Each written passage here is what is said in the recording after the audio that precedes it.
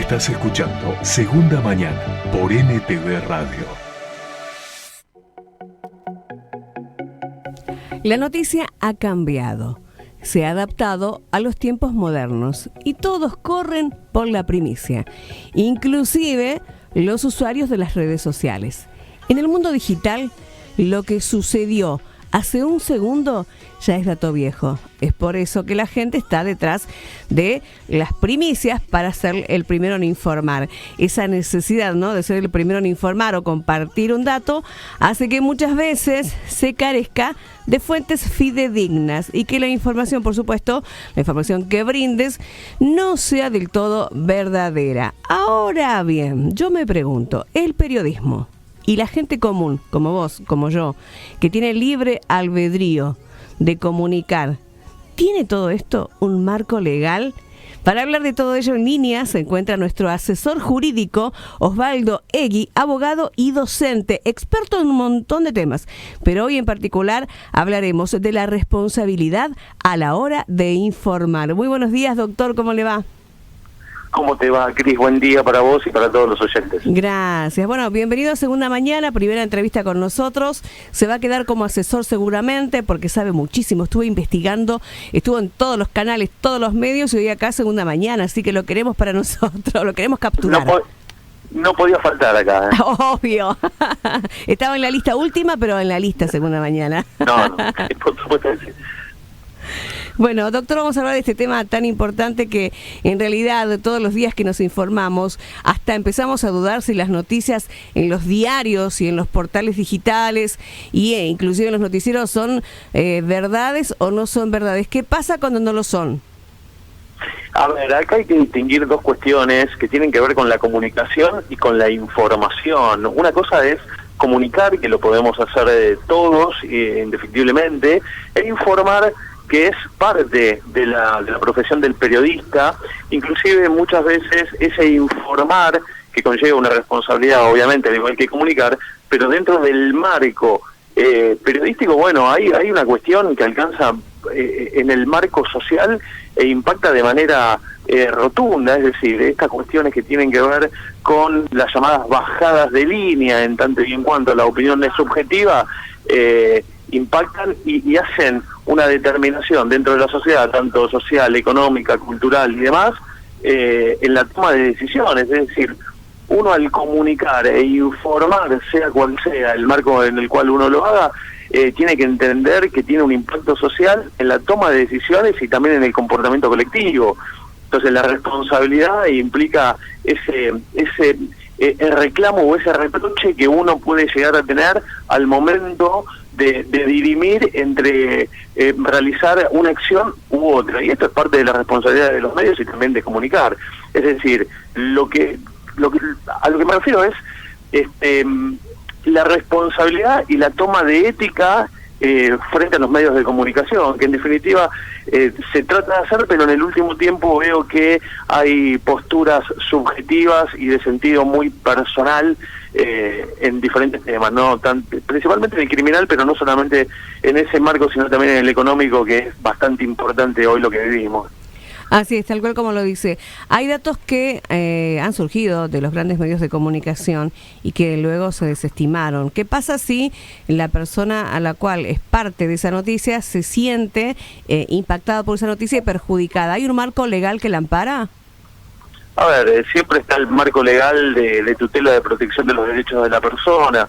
Imaginemos que en el año 80 hay un caso muy emblemático en los Estados Unidos, que fueron dos bandas de música de rock que seguramente los oyentes la deben conocer muy bien. Una fue Black Sabbath y la otra fue Judas Priest, en el cual, en una cuestión de lanzamiento de un álbum, incitaban al suicidio de jóvenes. Y los jóvenes, algunos fueron en esta toma de decisión, en este camino, y concretaron, materializaron ese suicidio, a lo que la Corte Suprema de los Estados Unidos determinó que lo dice en términos más o menos diciendo que por 4 o 5 mentes enfermas la información o la comunicación no puede ser cercenada. Yo en parte diciendo con esto porque si bien no podemos coartar toda la información, más allá de que digamos, de dónde surge la fuente, sí o sí tiene que estar amparado en esa toma de decisiones, porque uno no sabe la estructura de la personalidad que tiene frente a esa información. Es decir, que el amparo tutelar jurídico frente a tomas de decisiones, frente a noticias que son falsas o son pocas fidedignas, tiene que tener y debe tener esa tutela amparada en la Constitución Nacional, obviamente, como está amparado el deber de informar y la libre expresión. Claro, también acá en Argentina hubo muchos casos como este. Creo que uno de los más resonantes fue lo que pasó con Diego Maradona el año pasado, cuando dijeron que se había muerto. Que fueron los medios grandes los que tiraron la primera información y después, bueno, tuvieron que salir a desmentirlo, ¿no? Bueno, hay un caso muy emblemático que yo te lo recomiendo personalmente y a todos los oyentes si lo quieren ver. Es una película del ex piloto de la navegación comercial, Enrique Piñeiro, que es director y productor de la película El Rati Horror Show, que muestra perfectamente el rol de los medios frente a un hecho delictivo. Estoy hablando de la masacre de Pompeya, en el cual, bueno, realmente fue una masacre porque en un acto de persecución policial muere una mujer y sus 2 hijos al cruzar la calle en cercanías del puente Pueyrredón. Entonces ahí vemos claramente cuáles son las responsabilidades de los medios y que a su vez en ese momento no tuvieron ningún tipo de reproche judicial, más allá que a mi entender deberían haberlo tenido por tener una información poco chequeada y por el apuro y la ansiedad de tener la primicia, muchas veces recae en esta responsabilidad. En definitiva, no es sancionada y que debería, ¿no? Claro. Aparte que nunca sabes dónde llega la noticia y puede generar una paranoia y puede desatar también algún proceso terrible, ¿no? ¿Hay sanciones para este tipo de cosas? Sanciones que tal vez se pagan y se sigue incursionando en el mismo hecho. A ver, esto es una vez materia de investigación, donde van a tener que intervenir los mecanismos judiciales a través de estas prácticas, ¿no? Yo siempre recomiendo, cuando tengo la posibilidad de dar algún tipo de charla, congreso o práctica a la gente de comunicación y periodismo, diciendo, si uno actúa con ética, ajeno a todo compromiso, más allá de que uno como ser humano no puede estar totalmente aislado, pero sin esa opinología social y sí tomando la ética profesional, yo creo que no hay posibilidad de cometer estos errores, porque después obviamente uno se tiene que someter a una investigación, a un proceso judicial ante una persona o un colectivo de personas que pueden sentirse afectadas ante estas informaciones. Más allá de que estamos hablando de medios grandes, también puede pasar y pasa en las redes sociales, porque en definitiva es un medio de comunicación masivo, tanto como lo son los medios de comunicación a nivel chicos, medios o grandes, ¿no? Corporaciones de comunicadores. Claro que sí. Bueno, ahora vamos a hablar justamente de las redes sociales. Quería marcar un poquito la diferencia, porque en las redes sociales son manipuladas por gente común, en cambio los medios nacionales, que son los medios de comunicación, manejados por gente que tiene una responsabilidad detrás de la escritura, ¿no? Detrás de cada título, detrás de cada información, porque se supone que ellos están preparados para hacer ese trabajo, y entonces digo yo, si ellos son capaces de manipular tanto la información para dar una información falsa, y si hay una sanción, a pesar de eso se paga la sanción que le corresponde y lo siguen haciendo, la verdad que no estamos bien parados como medios de comunicación, ni como mundo, ni como país, sobre todo, porque entonces todo no llega a ser creíble para nada, ¿no? Nos vamos ahora del otro lado y nos vamos al lado de la gente común para hablar, sí, de las redes sociales. Hay un caso que me llamó muchísimo la atención, porque cuando uno escribe algo y alguien te contesta o te refuta lo que escribiste, vos decís, mira, es mi red social y yo escribo lo que quiero, si no te gusta, bueno, eliminame o bloqueame, es la respuesta que por lo general ocurre en las redes sociales cuando hay una discusión. Pero en este caso me llamó la atención, esto pasó hace muy poquito en la ciudad de Córdoba, donde una ex suegra escribió sobre su ex yerno el señor se había separado de su hija y en el litigio de los bienes el señor se quedó con parte de estos bienes, lo que la señora la enoja, y entonces en las redes sociales escribe una serie de insultos por este señor que supuestamente esos bienes le tenían que haber quedado a su hijo y no habérselos llevado así como se los llevó. ¿Qué pasa con la justicia? La justicia le dio, bueno, el señor seguramente ya sabes, el señor la denunció, esto pasó a la justicia y tuvo que pagar una multa a la señora por este hecho, y además lo más llamativo es que la justicia la obligó a la señora a subir la sentencia a las redes sociales donde se la responsabiliza por injuriar a su yerno.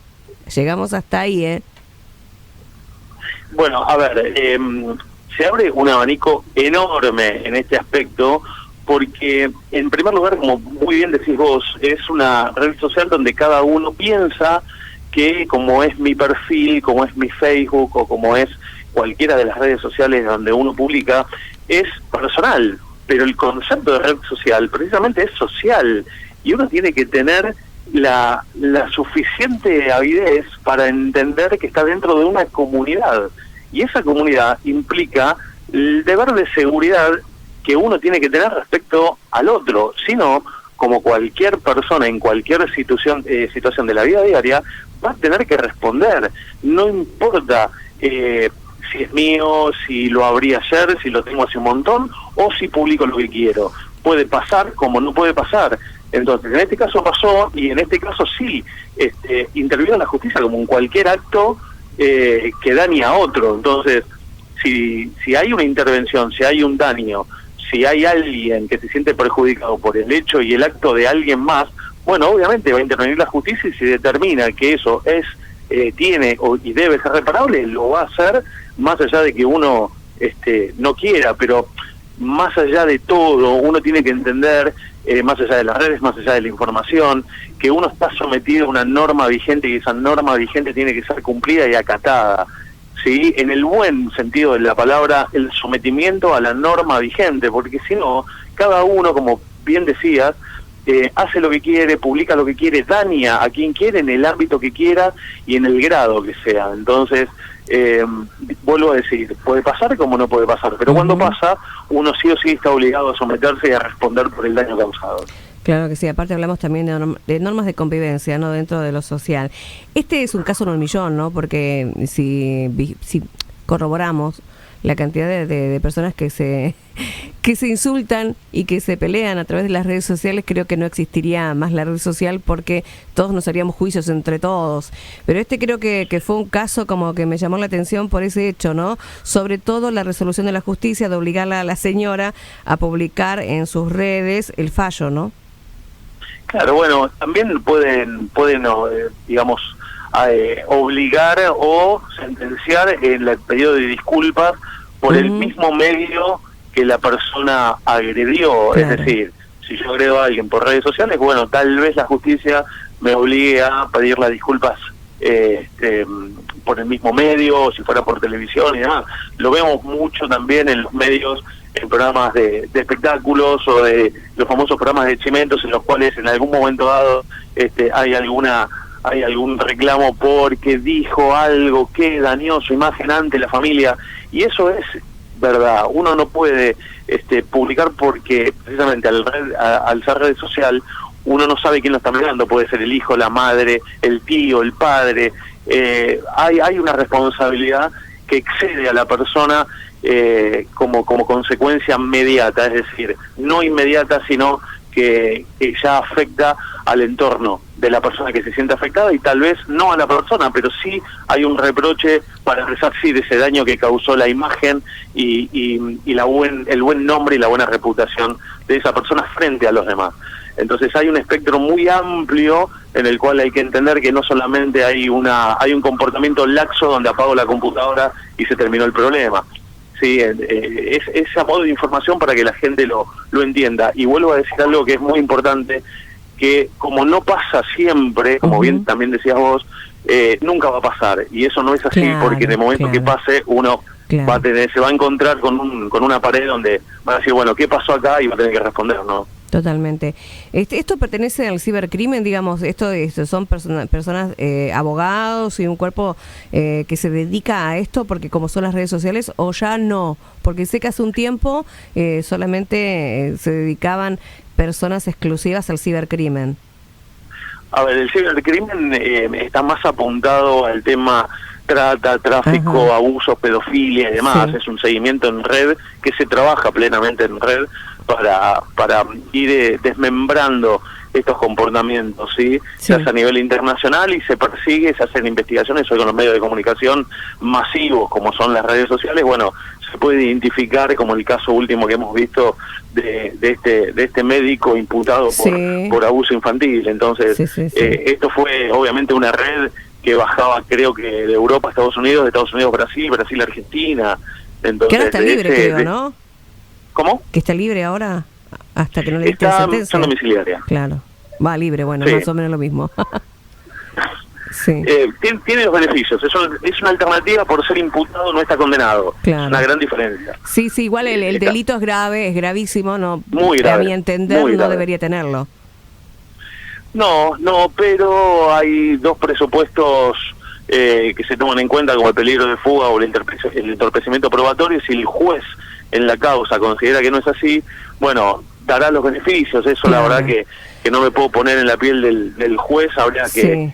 que ver cuáles son los argumentos del magistrado, ¿no? Claro, las leyes están un poco también arcaicas como para poder definir y dar sentencia a crímenes tan graves como este que se van como Diluyendo, ¿no? mutando y cada vez nos sorprenden más, ¿no? Día a día Sí, de las claro. cosas que pueden llegar a ser este tipo de personas, ¿no? Nos fuimos de tema, Sí. pero todo es importante porque digamos que todo le sirve al que está escuchando porque son temas lamentablemente cotidianos, ¿no? Esto no es tan grave como lo otro, pero sí es importante que la gente sepa cómo la justicia se maneja. A ver, son hechos delictivos, todos en su medida, Ujú. son importantes porque afectan la integridad de la persona, tanto física, psíquica, son delitos. Entonces, pensemos en el comportamiento donde uno sale a la calle y se comporta igual que lo haría en una red social. Estaríamos frente a un comportamiento de derivación psíquica ya, ¿no? O sea, yo veo gente en las redes sociales que están constantemente insultando a otras personas por su ideología política o por cualquier tipo de color partidario a la cual pertenezca. Y yo en la calle eso sí lo veo, pero es un comportamiento mucho más socavado. Pero es una sociedad difícil, es un momento muy álgido y si a eso le ponemos una cuota de judicialización por ciertos comportamientos, bueno, evidentemente no vamos a terminar por un buen camino, ¿no? Bueno, y terminamos hablando donde empezamos, ¿no? Normas de convivencia. Exactamente, es una norma, son normas de convivencia. Yo no puedo pensar que la gente no pueda entender cómo se comporta en una sociedad, ¿sí? Debemos empezar a comportarnos y no a pedir utopías, como sorprendiéndonos de ciertos aspectos sociales en los cuales la gente se desborda, pero también no lo podemos analizar en un micro, sino en un macro análisis, para empezar a encauzar las cuestiones de la mejor manera. Claro, la gente ha liberado la ira y ya eso ya es un contexto más bien para charlarlo con un cuerpo no solo de abogados, sino también con psicólogos, ¿no? Hay que ver qué es lo que le pasó en el proceso de la civilización para volver a llegar casi al inicio de lo que fuimos, ¿no? Así que bueno, Totalmente de acuerdo. Doc, muchísimas gracias por toda esta información. Vamos a seguir seguramente en comunicación para un nuevo tema, que vamos a abrir el abanico para que también los oyentes puedan opinar y dejar mensajitos. Perfecto, gracias a vos, a todos, a todo tu equipo y a los oyentes. Muy bien, un abrazo enorme y estamos en contacto. Un beso grande. Chao, chao.